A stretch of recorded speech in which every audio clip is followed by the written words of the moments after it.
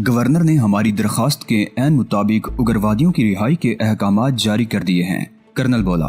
اس کی آنکھیں تقریباً مچی ہوئی تھی۔ ممکن ہے وہ 5 بھی اسی دوران پکڑ لیے جائیں۔ گڈ، کرنل مہتا نے آنکھیں کھول کر جواب دیا۔ ویری گڈ، اس نے اپنی چھڑی سے میز بجاتے ہوئے کہا۔ ٹھیک ہے رام اوتار، مفتی سعید کو اطلاع کر دو۔ وزیر داخلہ ہند کا نام کرنل مہتا نے اس طرح لیا تھا جیسے وہ وزیر داخلہ نہیں، کوئی انتہائی گرا پڑا شخص ہو۔ ان کے نزدیک وزیر داخلہ کی اہمیت صرف اتنی تھی کہ وزیر داخلہ کی کرسی پر بیٹھا ہوا تھا۔ اگر ربیہ سعید کی رہائی کے عوض کرنل مہتا کو حکمت عملی کے اعتبار سے منافع کی امید نہیں ہوتی تو وہ JKLF سے تعلق رکھنے والے قیدیوں کی رہائی پر ہرگز رضامند نہیں ہوتا۔ اسے توقع تھی کہ ان قیدیوں کی رہائی کے بعد ان کا تعاقب کر کے حریت پسندوں کے مراکز تک پہنچا جا سکے گا اور ان لوگوں کو بھی گرفتار کیا جا سکے گا جن سے قیدی رابطے کریں گے۔ سرکار تمہیں رہا کر رہی ہے، مبارک ہو، سری نگر جیل کے سپرنٹینڈنٹ نے کہا۔ اس وقت 5 حریت پسند اس کے کمرے میں موجود تھے اور ہر قیدی کے سر پر ایک مسلح گارڈ سوار تھا۔ کیا ہمارے خلاف مقدمات واپس لے لیے گئے ہیں؟ حمید شیخ نے پوچھا۔ نہیں، بس رہائی کا حکم آیا ہے، پھر میں قید ہی کو ترجیح دوں گا، شیخ حمید بولا۔ ہم مجبور ہیں، سپرنٹینڈنٹ نے جواب دیا۔ ہمیں حکم ملا ہے کہ تم 5 کو ابھی اسی وقت جیل سے نکال دیا جائے۔ تم لوگ ہمیں کہاں چھوڑو گے؟ الطاف بٹ نے پوچھا۔ جیل کے باہر اور کہاں؟ ٹھیک ہے، ہم تیار ہیں، نور محمد نے ایک لمبی سانس لے کر کہا۔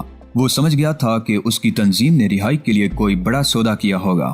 ربیہ سعید کے اغوا کا اسے علم نہ تھا، ورنہ وہ ایک لمحہ میں واقعات کی کڑیاں ملا لیتا۔ قیدیوں کا سامان سپرنٹینڈنٹ کے کمرے میں منگوا لیا گیا۔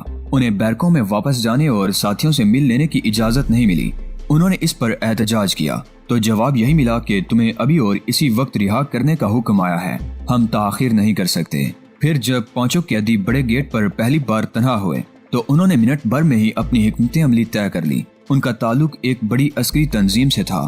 وہ جانتے تھے کہ ان کی رہائی یقیناً کسی معاہدے کے تحت عمل میں آئی ہوگی اور انہیں یہ اندازہ بھی تھا کہ حکومت انہیں چارہ بھی بنا سکتی ہے۔ اسی باعث وہ محتاط ہو گئے۔ انہوں نے فیصلہ کر لیا کہ وہ فوری طور پر JKLF کے کسی بھی محفوظ مرکز کا رخ نہیں کریں گے۔ وہ دشمن کی نفسیات اچھی طرح سمجھتے ہوئے اس نتیجے پر پہنچے تھے کہ وہ چھچھورا پن کرے گا۔ ممکن ہے ان کا تعاقب کر کے ایسے لوگوں کو پکڑنے کی کوشش کی جائے جن سے وہ رابطہ کریں۔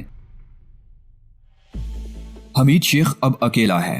وائرلیس پر یاسر کی آواز سنائی دی۔ سکندر مسلسل وائرلیس واکی ٹاکی اور فون پر مصروف تھا۔ اسے لمحہ بلمحہ رپورٹ مل رہی تھی۔ 5 تربیت یافتہ نوجوانوں کی ٹیم آپریشن سری نگر جیل پر کام کر رہی تھی۔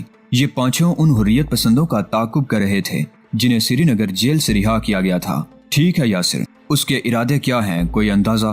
سکندر نے پوچھا۔ مجھے وہ بہت محتاط لگ رہا ہے، یاسر نے جواب دیا۔ شاید 5 کسی قسم کی غلطی نہیں کرنا چاہتے۔ الطاف بٹ اور شیر خان شمال کی سمت میں گئے ہیں۔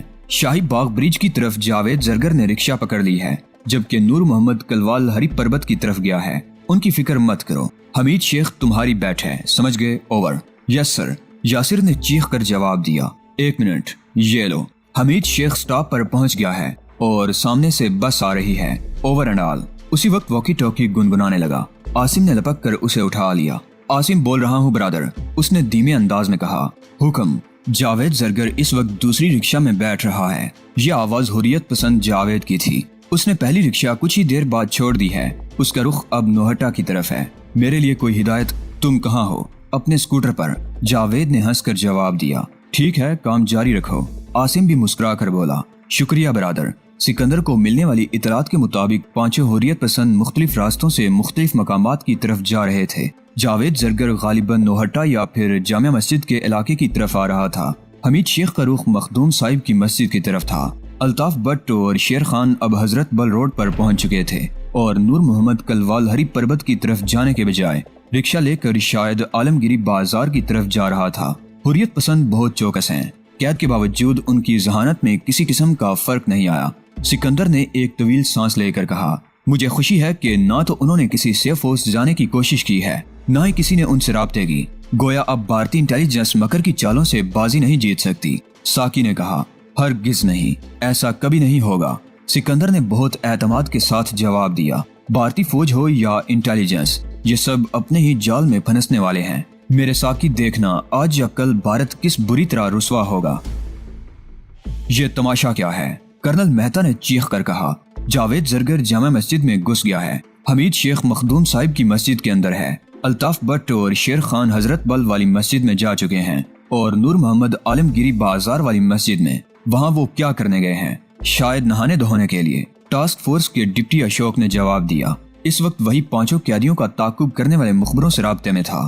تم بھی اپنے آدمی مسجدوں میں بھیج دو، نماز پڑھنے کے بہانے، کسی بھی بہانے لوگوں کو اندر بھیجو تاکہ کچھ پتہ چل سکے کہ کیا ہو رہا ہے۔ بہت بہتر جناب، میں اگلی رپورٹ 1 گھنٹے میں دوں گا۔ اشوک کے اس جواب پر مہتا نے ریسیور پٹخ دیا۔ وہ بہت غصے میں تھا، اس کی آنکھیں سرخ ہو رہی تھی۔ اسی وقت ہاٹ لائن پر اشارہ ملا۔ دوسری طرف سے صرف یہ پیغام ملا تھا کہ مفتی سعید کے گھر والوں کو کسی نے ہدایت کی ہے کہ وہ لال ڈیڈ اسپتال کے بس اسٹاپ پر ربیہ کا انتظار کریں۔ اس کا مطلب یہ ہے کہ ہم بس اسٹاپ پر اپنے بندے لگا دیں سر، رام اوتار نے تجویز پیش کی۔ نہیں، مہتا پیر پٹخ کر بولا، کیا فائدہ ہوگا اس کا؟ وہ یہاں بھی کوئی چال چلیں گے، لڑکی کو کسی منی بس میں بٹھا دیں گے اور بس۔ ہمیں لڑکی سے پوچھ گچھ تو کرنی چاہیے صاحب۔ ہش، کرنل نے اس طرح اشارہ کیا جیسے رام اوتار کو نہیں، کسی کتے کو ہنکا رہا ہو۔ وہ بے وقوف لوگ نہیں ہیں، انہوں نے لڑکی کو بلائنڈ فولڈ رکھا ہوگا، سمجھے؟ ساری چڑیاں اڑ چکی ہیں برادر، یاسر نے کمرے میں داخل ہوتے ہی نعرہ لگایا۔ وہ ابھی نوہٹا کی طرف سے آیا تھا۔ مخدوم صاحب مسجد کے اندر حمید شیخ سے اس کی ملاقات بھی ہوئی تھی اور اس نے حمید شیخ کو اس طرح نکلوایا تھا کہ اندر موجود پولیس کے مخبروں تک اس کی ہوا نہیں لگ سکی تھی۔ حمید شیخ عقبی حصے سے نکل کر رینداری کی طرف چلا گیا تھا۔ باقی حریت پسند بھی اسی انداز میں مخبروں کو دھوکہ دے کر نکل گئے تھے۔ جاوید زرگر جامع مسجد میں ایک بار داخل ہونے کے بعد اس طرح غائب ہوا تھا کہ حریت پسند جاوید کو بھی پتہ نہیں چلا۔ سکندر کا جاوید JKLF کے جاوید زرگر کے ہاتھوں مات کھا گیا۔ الطاف اور شیر خان حضرت بل مسجد سے نکل کر جھیل پر پہنچے تھے اور پھر ایک کشتی انہیں لے کر روانہ ہو گئی تھی۔ پولیس کے مخبر حضرت بل کے مرکزی دروازے پر جمے ہوئے تھے۔ انہیں پتہ تک نہ تھا کہ دونوں حریت پسند ان کی آنکھوں میں دھول جھونک چکے ہیں۔ نور محمد کلوال بھی عالمگیری بازار میں گھس کر غائب ہو چکا تھا۔ گڈ، سکندر یاسر کا نعرہ سن کر مسکرانے لگا۔ تمام اطلاعات اسے وائرلیس وغیرہ پر پہلے ہی مل چکی تھی۔ جس خاک کے خمیر میں ہو آتش چنار، ممکن نہیں کہ سرد ہو وہ خاک کے ارجمند۔ میرا یار ٹیپو کہاں ہے؟ یاسر پیر پسار کر بیٹھ گیا۔ کمانڈر مجھے اپنی سرگرمیوں سے مطلع نہیں کرتا، سکندر نے مسکراتے ہوئے جواب دیا۔ یہ ناممکن ہے، یاسر نے سر ہلا کر کہا۔ ویسے مجھے کمانڈر نہیں، ٹیپو کی خیریت مطلوب و مقصود ہے۔ ہاں، تمہارا وہ دوست ٹیپو جس سے تم بازی لے جانے کی کوشش کرتے رہتے ہو، وہ خیریت سے ہے اور اس وقت گالف کورس کے آس پاس کہیں شکار کھیل رہا ہوگا، سکندر نے جواب دیا۔ وہ اس قسم کی گفتگو کرتے رہے۔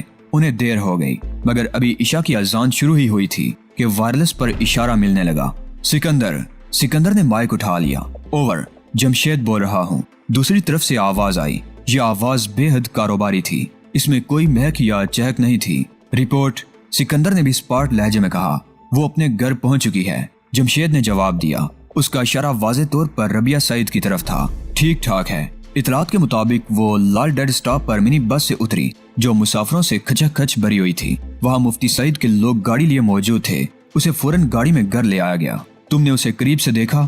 ہاں، وہ روئی بھی، لوگوں سے مل کر روئی، مگر اس کے چہرے پر کسی قسم کی پریشانی نہیں۔ اسے بعض افسروں نے عمومی سوالات کیے۔ اس نے بتایا ہے کہ اس کی آنکھوں پر پٹی باندھی رہی۔ سارے وقت اسے ایک اندھیرے کمرے میں رکھا گیا جہاں ایک خادمہ بھی موجود تھی۔ اس کا کہنا ہے کہ اغوا کرنے والوں نے اس کا بے حد احترام کیا۔